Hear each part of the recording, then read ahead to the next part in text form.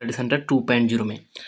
तो इस वीडियो में हम लोग क्लास 12th का फिजिक्स का मॉडल पेपर सोल्यूशन देखने वाला है 2023-24 का। आप लोग का ऑफिशियल मॉडल पेपर जारी कर दिया गया है और हम लोग यहाँ पर फिजिक्स का देखने वाले हैं। हिंदी और इंग्लिश दोनों में देखेंगे फुल डिटेल सोल्यूशन। हिंदी और इंग्लिश दोनों में फुल डिटेल सोल्यूशन, आप लोग को कोई भी कन्फ्यूजन नहीं होगा। चलिए वीडियो को स्टार्ट करते हैं। और वीडियो को स्टार्ट करने से पहले हमारे चैनल पर नया हो तो चैनल को सब्सक्राइब करके जरूर रख लीजिएगा, साथ ही बेल आइकन को भी प्रेस कर लीजिएगा और वीडियो को अपने दोस्तों के पास शेयर जरूर कीजिएगा।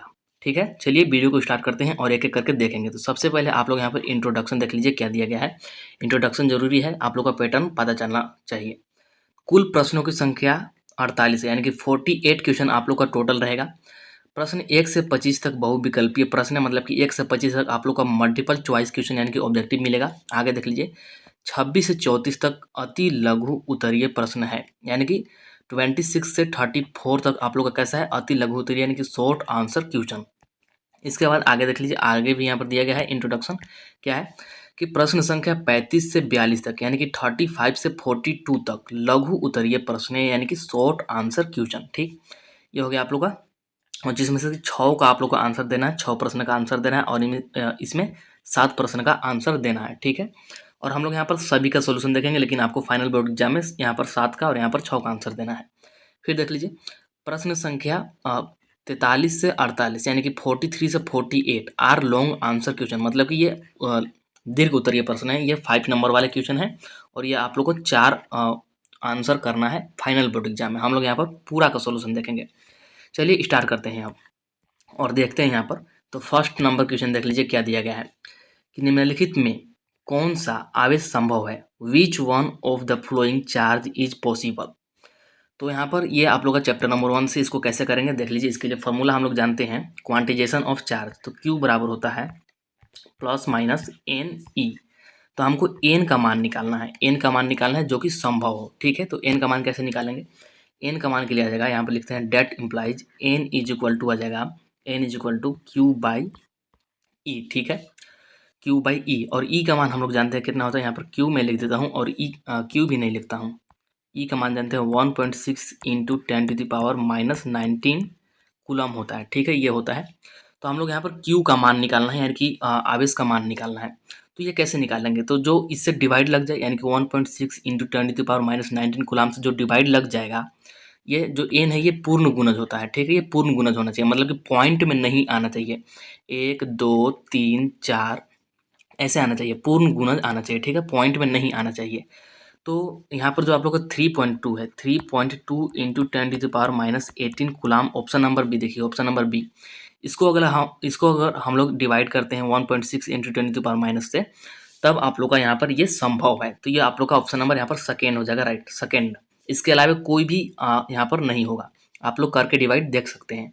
तो इस प्रकार से आप लोग ऑप्शन नंबर बी करेक्ट हो जाएगा यहाँ पर। इसी प्रकार से आप लोग को फाइनल बोर्ड एग्जाम में भी आएगा, इसी प्रकार से करना होगा। आगे बढ़ते हैं, सेकेंड नंबर वाला क्वेश्चन देख लीजिए क्या दिया गया है कि एक बिंदु आवेश Q को विद्युत क्षेत्र E में रखा गया है। आवेश द्वारा अनुभव किया जाने वाला बल होगा। A point charge Q is placed in an electric field E, the force experienced by the charge will be. तो यहाँ पर हमको क्या बताना है, फोर्स बताना है, फोर्स। तो हम लोग जानते हैं E बराबर क्या होता है, E बराबर होता है यानी कि विद्युत क्षेत्र बराबर F/Q होता है, बल बटे आवेश। ठीक है, तो हमको तो F चाहिए, तो A बराबर क्या आ जाएगा, A बराबर आ जाएगा यहाँ से Q इंटू में E, Q इंटू में E। तो देखते हैं यहाँ पर कौन सा ऑप्शन देगा, ऑप्शन नंबर बी देखिए, ऑप्शन नंबर बी हो जाएगा आप लोग का करेक्ट।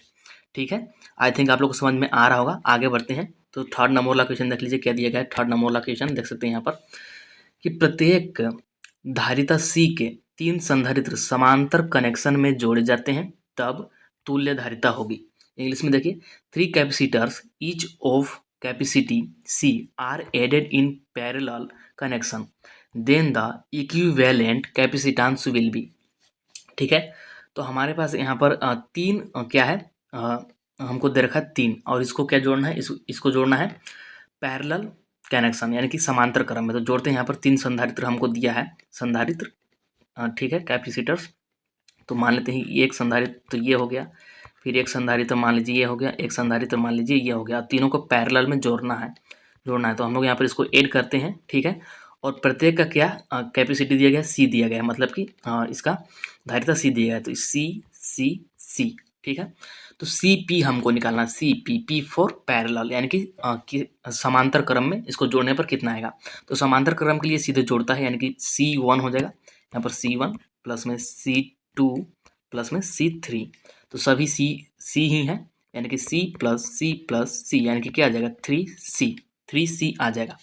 ऑप्शन नंबर यहाँ पर ए करेक्ट हो जाएगा, देख लीजिए ऑप्शन नंबर ए करेक्ट हो जाएगा, आप लोग को 3C दिया गया है, ठीक है।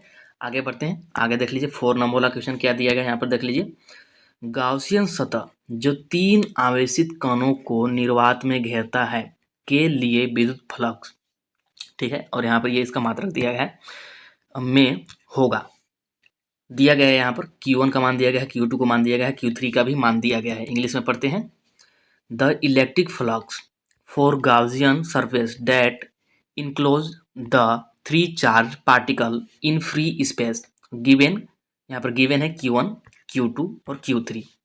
कहने का क्या मतलब है, कोई हमारे पास गाउसियन पृष्ठ है इस प्रकार से, ठीक, गाउसियन कोई पृष्ठ है और इसमें Q1 है, Q2 है और Q3 भी इसी में है। तो हमको क्या निकालना है, यहाँ पर इलेक्ट्रिक फ्लक्स निकालना है। तो इलेक्ट्रिक फ्लक्स का फॉर्मूला क्या होता है, chapter number 1 phi is equal to होता है, यहाँ पर फाई ई लिख सकते हैं, phi E is equal to होता है क्यू इन, यानी कि जो भी हमारे सरफेस के अंदर में आवेश है, यानी कि चार्ज है, क्यू इन भाई होता है क्या, इप्सिलॉन नॉट, ठीक, ये होता है फॉर्मूला। तो हमारे तीनों आवेशी क्या है, अंदर में है, और इसको हम लोग समीशन ऑफ क्यू इन लिख सकते हैं, समीशन ऑफ क्यू इन मतलब कि सभी का योग, ठीक है। तो इस प्रकार से लिख सकते हैं। तो यहाँ पर तीनों ही क्या है, हमारे गाउसियन सरफेस में है चार्ज, तो सभी को क्या करते हैं, जोड़ते हैं। तो कैसे करेंगे, यहाँ पर देखिएगा, phi E is equal to आ जाएगा, phi E is equal to Q1 plus Q2 plus में Q3 अपॉन में इप्सिलॉन नॉट, सभी का वैल्यू पुट करेंगे। Q1 कितना है, Q1 यहाँ पर देख सकते हैं, आप लोग को दिया गया है, यहाँ पर देख लीजिए -14 एन है, एन का मतलब है नैनो, नैनो का मतलब होता है 10 के पावर -9, तो -14, और माइनस भी आप लोग को साइन भी मतलब लगाना, -14 गुने 10 के पावर -9, ठीक है। गुलाम यहाँ पर चाहे तो लिख सकते हैं गुलाम, ठीक, प्लस में Q2, तो Q2 है 78 यानी कि 78.85 गुने 10 के पावर -9, और यहाँ भी आ जाएगा क्या, गुलाम, ठीक, और प्लस में करेंगे प्लस, तो यहाँ पर माइनस का साइन है तो माइनस हो जाएगा, -56 गुने 10 के पावर -9 कुलम, और अपॉन में इप्सिलॉन नॉट, इप्सिलॉन नॉट का मान कितना होता है, इप्सिलॉन नॉट का मान होता है 8.85 इंटू 10 क्या -12, ये होता है।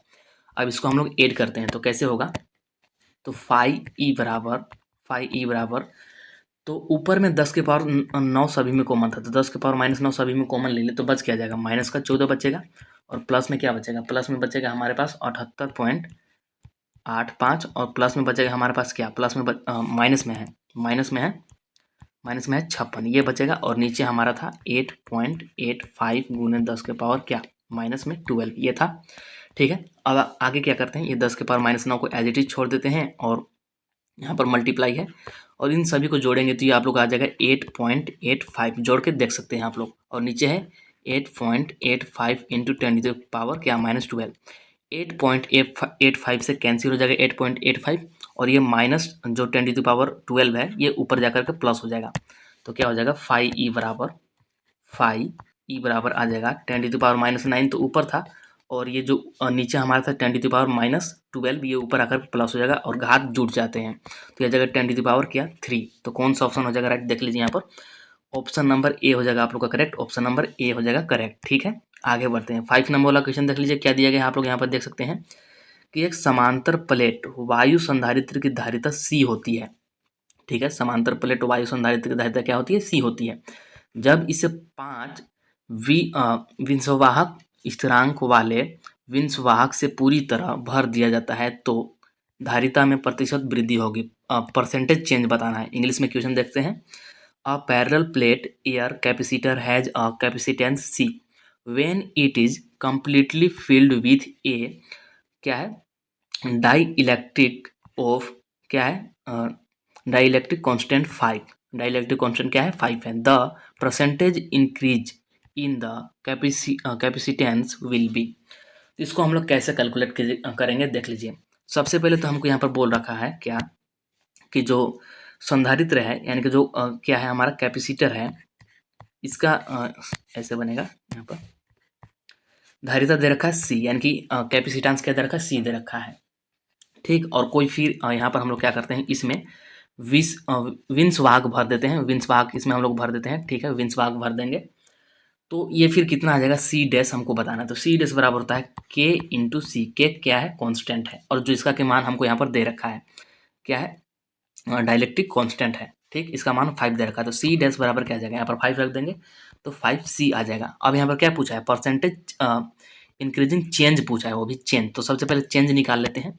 चेंज कैसे निकालेंगे, तो चेंज सबसे पहले हम लोग का अभी निकाले तो कितना है, 5C आया निकालने पर, जो विषम वाहक भरने के बाद आया, और पहले था हमारा C, ये कर देंगे, ठीक। तो ये किसके बराबर आ जाएगा, 4C के बराबर। तो चेंज तो इतना आया, लेकिन हमको निकालना है परसेंटेज चेंज। तो परसेंटेज चेंज का फॉर्मूला होता है हमारे पास, परसेंटेज चेंज यानी कि प्रतिशत, इसको क्या बोल सकते हैं, वृद्धि, प्रतिशत वृद्धि, ये होता है हमारा चेंज, ठीक। चेंज बाई क्या, जो चेंज हमारे पास हुआ है ये मतलब कि 4C, और जो ओरिजिनल था हमारे पास पहले, ओरिजिनल, और इंटू कर देंगे 100, और यह आ जाएगा हमारा क्या, परसेंटेज में, ठीक है। तो अब आगे करते हैं, आगे क्या हो जाएगा, तो परसेंटेज चेंज हमारा आ जाएगा, परसेंटेज, यहाँ पर मैं चेंज लिख ही देता हूँ, चेंज बराबर क्या आ जाएगा, जो हमारा चेंज निकल के आया है 4C, और जो हमारा ओरिजिनल था, ओरिजिनल कितना था, C था, ठीक है, और इंटू में क्या कर देंगे, 100 कर देंगे, C से C कैंसिल आ जाएगा, और यहाँ पर क्या आ जाएगा 400%, ठीक है, ये आप लोग का आ जाएगा। तो यहाँ पर कौन सा ऑप्शन, यहाँ पर कोई भी ऑप्शन दिया नहीं गया है, यहाँ पर कोई भी ऑप्शन दिया नहीं गया है, ऐसा नहीं है कि जो ऑप्शन दिया है उसी में से टिक कर देना है, ऑप्शन यहाँ पर गलत है, आपके फाइनल बोर्ड एग्जाम में सही दिया जाएगा, ठीक है। तो ये 400% होगा यहाँ पर इंक्रीज परसेंटेज चेंज, ठीक है। तो यहाँ पर कोई भी ऑप्शन दिया नहीं गया है इसमें। आगे बढ़ते हैं, आगे 6 नंबर वाला क्वेश्चन देख लीजिए, क्या दिया गया है कि तांबे की छड़ का विशिष्ट प्रतिरोध तांबे के पतले तार की तुलना में है, the specific resistance of a rod of copper as compare to that of thin wire of copper is. तो यहाँ पर क्या बोल रहा है, विशिष्ट प्रतिरोध यानी कि स्पेसिफिक रेजिस्टेंस, इसको हम लोग किससे डिनोट करते हैं, इसको डिनोट करते हैं रो से।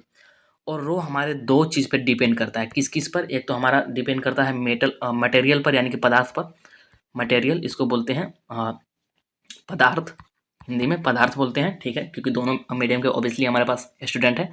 और यहाँ पर टेम्परेचर, ठीक है, टेम्परेचर को बोलते हैं तापमान, क्या, तापमान, ये दो चीज़ों पर निर्भर करता है। तो यहाँ पर तापमान का कोई जिक्र है नहीं कि तापमान में चेंज वगैरह किया जा रहा है, क्वेश्चन आप लोग पढ़ सकते हैं। और मेटल पदार्थ की बात करते हैं तो देख लीजिए, यहाँ पर भी कॉपर है और यहाँ पर भी कॉपर ही बोला है, मतलब कि मेटल भी चेंज नहीं किया, तो क्या होगा, सेम होगा। तो कौन सा ऑप्शन है जाएगा, ऑप्शन नंबर यहाँ पर देख लीजिए, ऑप्शन नंबर C आ जाएगा आप लोग का, सेम यानी कि समान, ठीक है, सेम।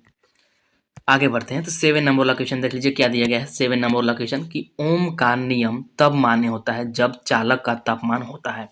ओम का नियम, यहाँ पर इंग्लिश में क्वेश्चन देखते हैं कि Ohm's law is valid when the temperature of conductor is.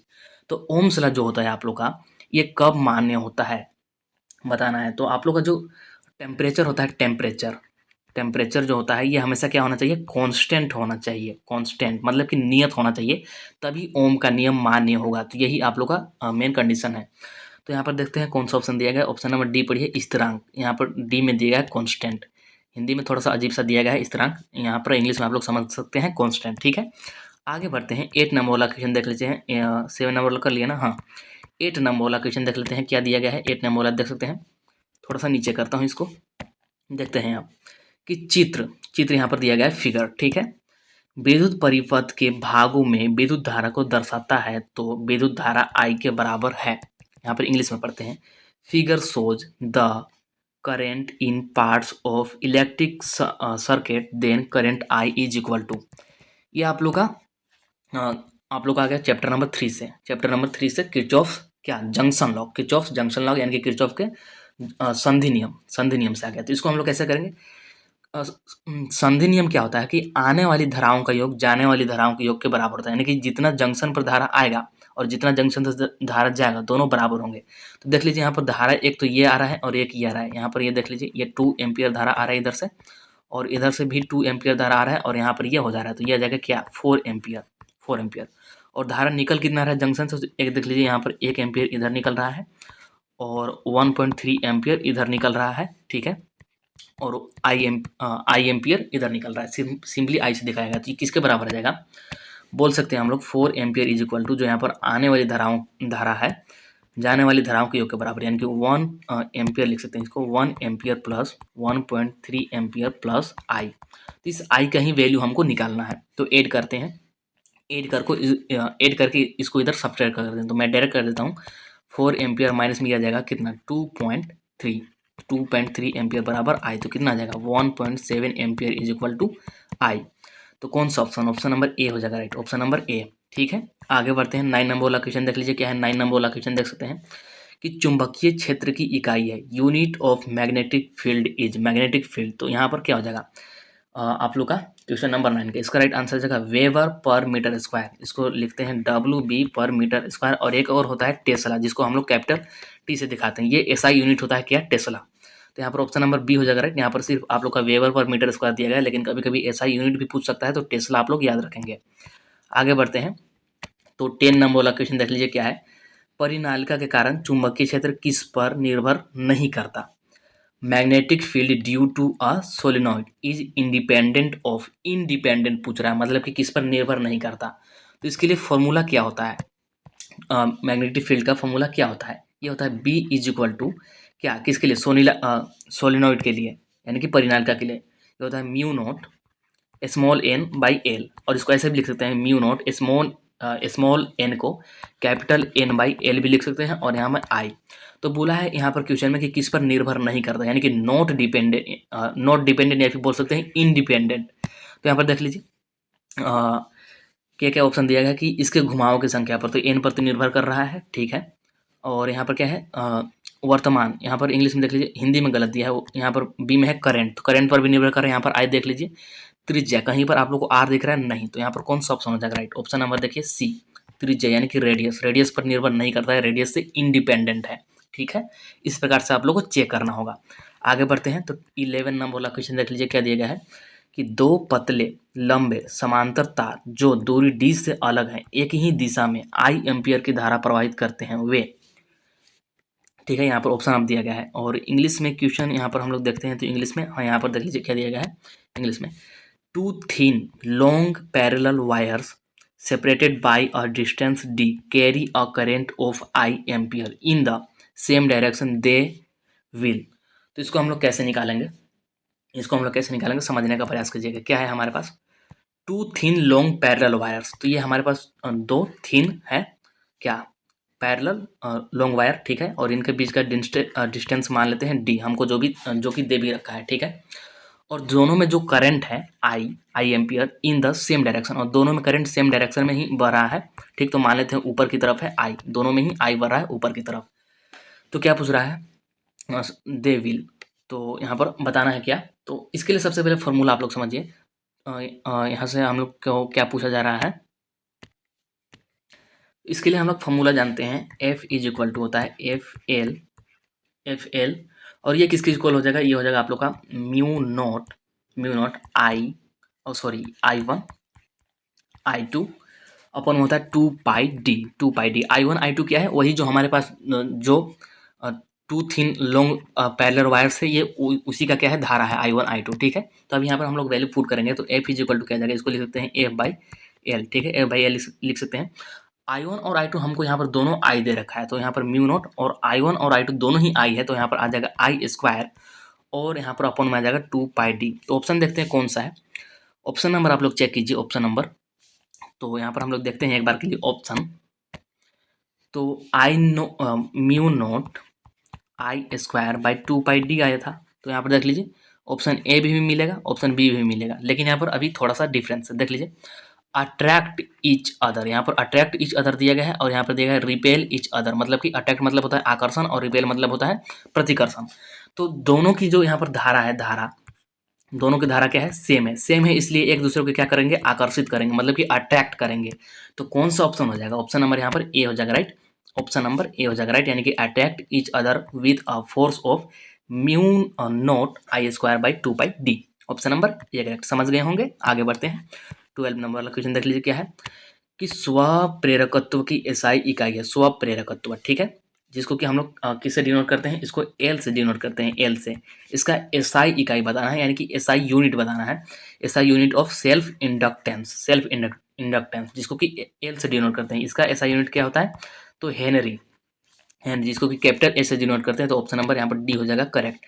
ये आप लोग का चैप्टर नंबर 7 से। इसके बाद आगे बढ़ते हैं तो 13 नंबर वाला क्वेश्चन देख सकते हैं कि किसी परिपथ में प्रेरित धारा की दिशा हमेशा ऐसी होती है कि यह उस कारण का विरोध करती है जिसके कारण यह उत्पन्न होती है। इस नियम का नाम इंग्लिश में देख लीजिए, इंग्लिश में इसके बाद मैं बताता हूँ।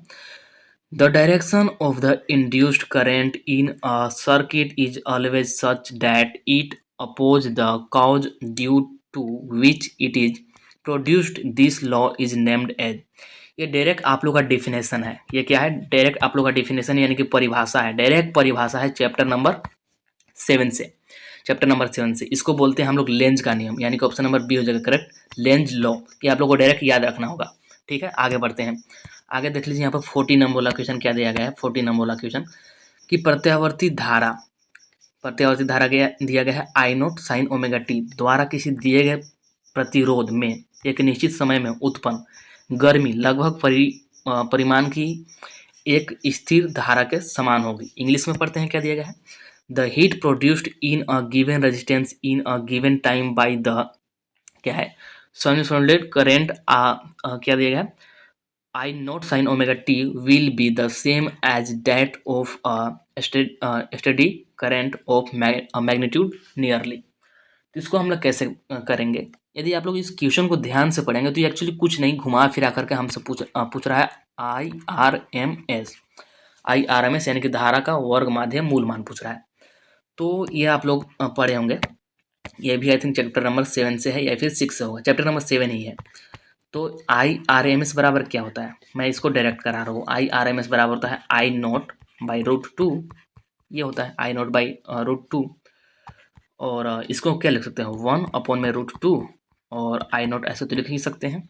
रूट टू का वैल्यू हम लोग जानते हैं 1.141, 141 नहीं, ये होता है 414, ये होता है रूट टू का वैल्यू। तो इससे अगर डिवाइड लगाएंगे 1 में तो ये कितना निकल के आ जाएगा, ये निकल के आ जाएगा आप लोग का 0.707 अगर 1 में डिवाइड लगाते हैं तो, और साथ में आई नोट है तो आई नोट भी आ जाएगा। तो ऑप्शन नंबर ए करेक्ट हो जाएगा यहाँ पर, ऑप्शन नंबर ए करेक्ट, ठीक है।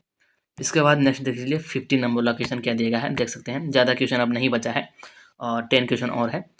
प्रकाश की किरण विरल माध्यम से सघन माध्यम की ओर गमन करती है तब, ठीक, इंग्लिश में पढ़ते हैं, the ray of light travelling from rarer medium to denser medium. तो यहाँ पर इसको ऐसे हम लोग डिनोट करते हैं, मान लीजिए ये हमारा इधर है, हमारा क्या रेरर, रेरर है और इधर हमारा डेंसर है, ठीक है। इधर डेंसर, रेरर को क्या बोलते हैं, रेरर को बोलते हैं विरल माध्यम और इसको बोलते हैं सघन माध्यम, ठीक। और यहाँ पर क्या है, तो क्या बोल रहा है कि प्रकाश की किरण विरल माध्यम से, मतलब कि इस रेरर मीडियम से क्या हो रहा है, इस डेंसर मीडियम यानी कि सघन माध्यम में जा रहे हैं। और हमको यहाँ पर क्या कर लेते हैं, लंब खींच लेते हैं, अभिलंब, ठीक है, नॉर्मल बोलते हैं। तो ये अगर माध्यम अगर सेम होता तो ये सीधा जाता, ऐसे जाता, ठीक है। लेकिन यहाँ पर डेंसर माध्यम आ गया, सघन माध्यम आ गया। तो सघन माध्यम में क्या होता है, सघन माध्यम में अपवर्तनांक ज़्यादा होने के कारण क्या हो जाएगा, जो ये है आप लोग का किरण, ये जो लंब है, ये जो आप लोग का अभिलंब है, यहाँ पर देख सकते हैं जो हम लोगों ने खींचा है, इसकी ओर झुक जाता है, इसकी ओर झुक जाएगा, ये इस प्रकार से हो जाएगा, यहाँ पर ये इस प्रकार से होगा, ऐसे ना जा करके ये ऐसे हो जाएगा डेंसर मीडियम की वजह से। तो देखते हैं यहाँ पर ऑप्शन नंबर बी कि लंबवत की ओर झुक जाता है, यानी कि बैंड टुवार्ड्स द नॉर्मल। तो ऑप्शन नंबर यहाँ पर कौन सा करेक्ट हो जाएगा, ऑप्शन नंबर यहाँ पर बी करेक्ट हो जाएगा आप लोग का, ठीक है।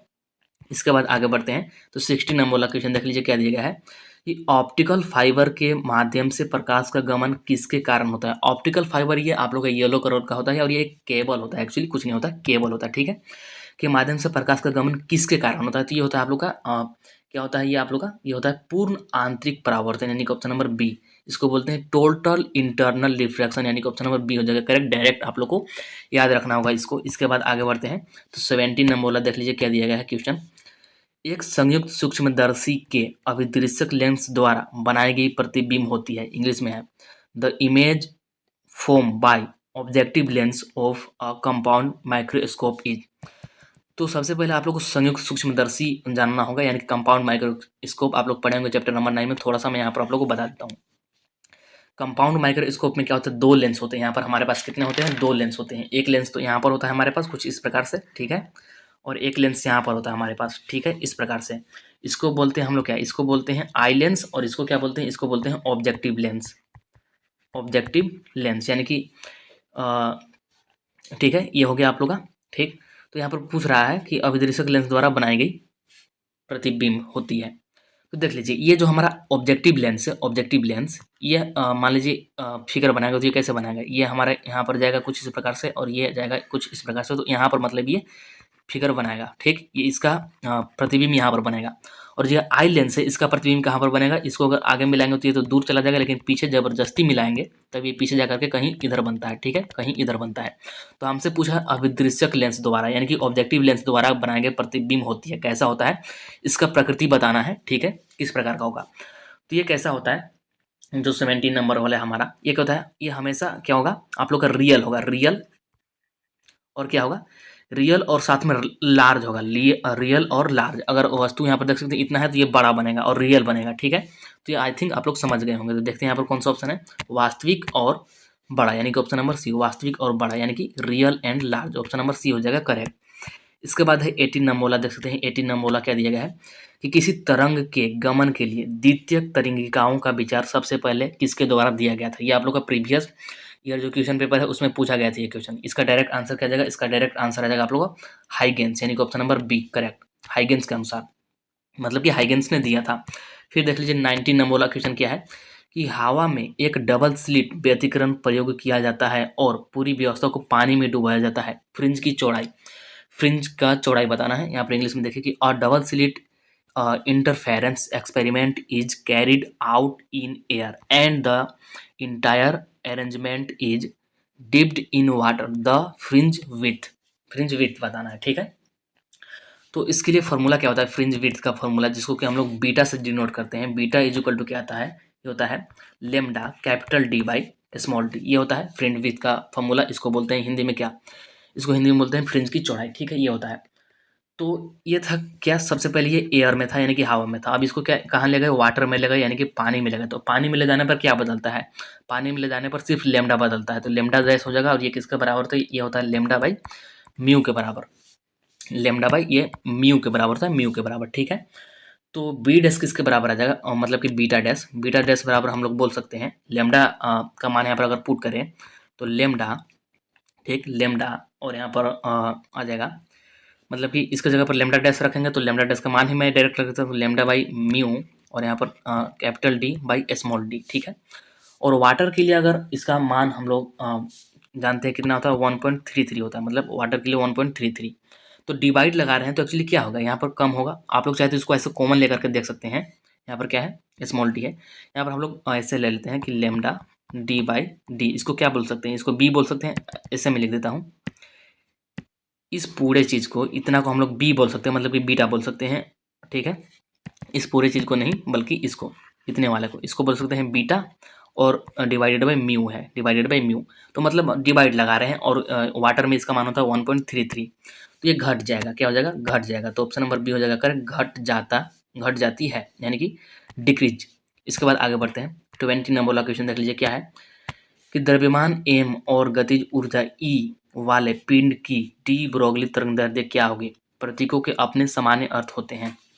ये कुछ मतलब दिया गया है ऐसे इंट्रोडक्शन के लिए। De Broglie wavelength of a body of mass M and kinetic energy E is given by. तो डी ब्रोगली तरंगदैर्ध्य क्या होता है, हम लोग जानते हैं लेमडा इज इक्वल टू होता है, lambda is equal to H by P. P क्या है, यहाँ पर मोमेंटम है, मोमेंटम जिसको कि बोलते हैं समवेग, ठीक है। तो एक हम लोग फॉर्मूला जानते हैं, ई इज इक्वल टू क्या होता है, काइनेटिक एनर्जी बोल सकते हैं या फिर एनर्जी भी बोल सकते हैं, ठीक है। काइनेटिक एनर्जी यहाँ पर दिया गया, तो काइनेटिक एनर्जी ये होता है P square by 2m। P square क्या है, मोमेंटम का स्क्वायर, यानी कि समय का स्क्वायर बाई 2m, ठीक है। और इसको अगर आगे लिखना चाहे तो ऐसे भी लिख सकते हैं कि P square is equal to क्या, इसको उधर मल्टीप्लाई कर दे तो 2me, और अगर सिर्फ पी को लिखना चाहे तो पी इज इक्वल टू क्या आ जाएगा, रूट में 2me। तो इस पी को यहाँ पर क्या करते हैं, पुट करते हैं, तो लेमडा इज इक्वल टू क्या आ जाएगा, लेमडा इज इक्वल टू आ जाएगा आप लोग का एच बाई पी की जगह पर रख सकते हैं रूट में 2m तो कौन सा ऑप्शन नंबर देखते हैं यहाँ पर, ऑप्शन नंबर फर्स्ट नंबर हो जाएगा correct, option number first correct. इसके बाद आगे बढ़ते हैं। 21 नंबर वाला देख लीजिए कि बोर के परमाणु मॉडल में निम्नलिखित में से कौन सा h/2 का पूर्ण गुणज होता है। डायरेक्ट आप लोग का बोर का सेकंड पोस्टुलेट आ गया। तो ये क्या होता है, कोणीय संयोग होता है, कोणीय संयोग यानी कि एंगुलर मोमेंटम, ठीक है। ये होता है n h/2, ठीक है, ऐसा होता है। तो यहाँ पर ऑप्शन नंबर डी हो जाएगा करेक्ट। इसके बाद 22 नंबर वाला देख लीजिए क्या है, n बराबर 2 से n बराबर 3, 4, 5, 6 आगे चलता जाएगा इलेक्ट्रॉन का विस्थापन मेल खाता है। मतलब इसको हम लोग कौन सा श्रेणी बोलते हैं, क्या है, मैं यहाँ पर बनाता हूँ, ठीक है। तो यहाँ पर क्या बोल रखा है हमको कि ये मान लीजिए n बराबर 1 है, n बराबर 1 है, ये मान लीजिए n बराबर 2 है, ये मान लीजिए n बराबर 3 है, ये मान लीजिए n बराबर 4 है, ठीक है, इस प्रकार से है। तो n 2 से 3 में जा रहा है, 4 में जा रहा है, 5 में जा रहा है, 6 में जा रहा है, मतलब कि ये 3 में जा सकता है 2 से, ये 4 में जा सकता है, इसी प्रकार से ये 5 में भी जा सकता है। तो इसको हम लोग क्या बोलते हैं, इसको क्या बोलते हैं, इसको बोलते हैं हम लोग क्या, इसको बोलते हैं बामर श्रेणी यानी कि Balmer series, option number B correct. जब दूसर के नंबर से जाएगा n बराबर 2 से तो इसको बोलते हैं बाल्मर सीरीज, अगर पहले नंबर से जाएगा तो इसको बोलेंगे लाइमन सीरीज, और तीसर के नंबर से जाएगा तो फिर उसको बोलते हैं पासन सीरीज। तो इस प्रकार से आप लोग याद रखिएगा, ठीक है। आगे बढ़ते हैं 23 नंबर वाला देख लीजिए, ज़्यादा क्वेश्चन नहीं है, सिर्फ 2 क्वेश्चन बचे हैं। इलेक्ट्रॉन प्रकीर्णन द्वारा मापी गई एक गोलाकार नाभिक की त्रिज्या 3.6 फर्मी मीटर है। नाभिक की त्रिज्या संख्या सबसे अधिक होने की संभावना है। तो हम लोग आर बराबर क्या जानते हैं, आर बराबर जानते हैं r0 a के पावर 1/3, ये जानते हैं, ठीक। और हमको आर का यहाँ पर वैल्यू दे रखा है 3.6 फर्मी मीटर, ठीक है, फर्मी मीटर। और r0 का मान कांस्टेंट है, ये r0 कांस्टेंट है, इसका मान फिक्स होता है, ये होता है 1.2 फर्मी मीटर, ठीक है। और यहाँ पर a 1/3, a के पावर 1/3, तो इसको इधर डिवाइड कर देते हैं तो a का वैल्यू हम लोग निकाल पाएंगे। तो 3.6 फर्मी मीटर और बाई में 1.2 फर्मी मीटर, तो ये डायरेक्टली कितना 3 बार डिवाइड आ जाएगा, ठीक, 3 बार में मतलब डिवाइड लग जाएगा। तो a के पावर 1/3 इज इक्वल टू क्या आ जाएगा, a के पावर 1/3 इज इक्वल टू क्या 3। तो a बराबर क्या आ जाएगा, इसका पावर उधर जाकर के 3 हो जाएगा, ठीक, पावर में 3, तो इसको क्या आ जाएगा, ये 27 आ जाएगा, 27 यानी कि ऑप्शन नंबर ए हो जाएगा करेक्ट। समझ पाए होंगे। इसके बाद आगे बढ़ते हैं, आगे देख लीजिए 24 नंबर, बहुत ही simple question, 40 number question. P type silicon semiconductor प्राप्त करने के लिए हमें शुद्ध सिलिकॉन को किस से डोप करने की आवश्यकता है, इंग्लिश में है। To obtain p-type silicon semiconductor we need to dope pure silicon is p type. p का मतलब यहाँ पर क्या है, p का मतलब है पॉजिटिव, p का क्या मतलब है पॉजिटिव, मतलब कि इलेक्ट्रॉन की संख्या क्या होना चाहिए, कम होना चाहिए। तो इसमें हम लोग क्या मिलेंगे, ट्राईवैलेंट त्रिसंयोजक मतलब मिलाएंगे। त्रिसंयोजक में क्या आता है, एल्युमिनियम आता है, आलू बैंगन गाजर इन थैला, ऐसे आप लोग याद रखे होंगे। तो एल्युमिनियम यहाँ पर दिख रहा होगा आप लोग को, ऑप्शन नंबर ए हो जाएगा करेक्ट। आलू बैंगन गाजर इन थैला, ऐसे आप लोग पीरियोडिक टेबल याद रखेंगे। तो यहाँ पर आप लोग का एल्युमिनियम हो जाएगा राइट, ठीक। इसमें 3 इलेक्ट्रॉन होते हैं एक्चुअली, ट्राईवैलेंट इसीलिए बोलते हैं इसको, 3 इलेक्ट्रॉन होते हैं, और इसीलिए पॉजिटिव भी आता है क्योंकि इलेक्ट्रॉन कम होते हैं, ठीक है। 4 इलेक्ट्रॉन चाहते हैं एक्चुअली, लेकिन 3 होते हैं इसलिए पॉजिटिव हो जाता है, ठीक है। फिर आगे बढ़ते हैं तो देख लीजिए 25 नंबर वाला जो कि ऑब्जेक्टिव का लास्ट है। गर्म करने पर अर्धचालकों का प्रतिरोध क्या होता है, तो अर्धचालक का प्रतिरोध गर्म करने पर क्या होता है, तो आप लोग जानते होंगे कि रूम टेम्परेचर पर जो अर्धचालक होता है ये कैसा बिहेव करता है, कुचालक की तरह, कुचालक की तरह। और जैसे हम लोग क्या करते हैं, टेम्परेचर बढ़ाते हैं, ये चालक की तरह व्यवहार करता है, मतलब कि प्रतिरोध क्या होगा, प्रतिरोध इसका घटना चाहिए, तो घट जाता है, यानी कि ऑप्शन नंबर ए हो जाएगा करेक्ट, यानी कि डिक्रीज। तो यहाँ पर आप लोग का ऑब्जेक्टिव क्वेश्चन कंप्लीट होता है। इसके बाद आप लोग का सब्जेक्टिव है, सब्जेक्टिव का भी आपको जल्द सोल्यूशन मिलेगा, ठीक है। तो चैनल पर बने रहेगा, चैनल को सब्सक्राइब करके रख लीजिएगा, वीडियो को अपने दोस्तों के पास शेयर कर दीजिएगा, और साथ ही आप लोगों को इसका ब्लूप्रिंट भी बताया जाएगा कि किस प्रकार से कहाँ से कितने मार्क्स का क्वेश्चन आ रहा है, ठीक है। तो ब्लूप्रिंट भी बहुत ही जल्द बताया जाएगा, लेकिन इस वीडियो में इतना ही। चलिए फिर मिलते हैं नेक्स्ट वीडियो में, और आप लोग को सारा का सोल्यूशन कराया जा रहा है, मैथ का भी अपलोड कर दिया गया है, और आप लोग का केमिस्ट्री का भी एकदम तुरंत अपलोड कर दीजिएगा। चलिए फिर मिलते हैं नेक्स्ट वीडियो में।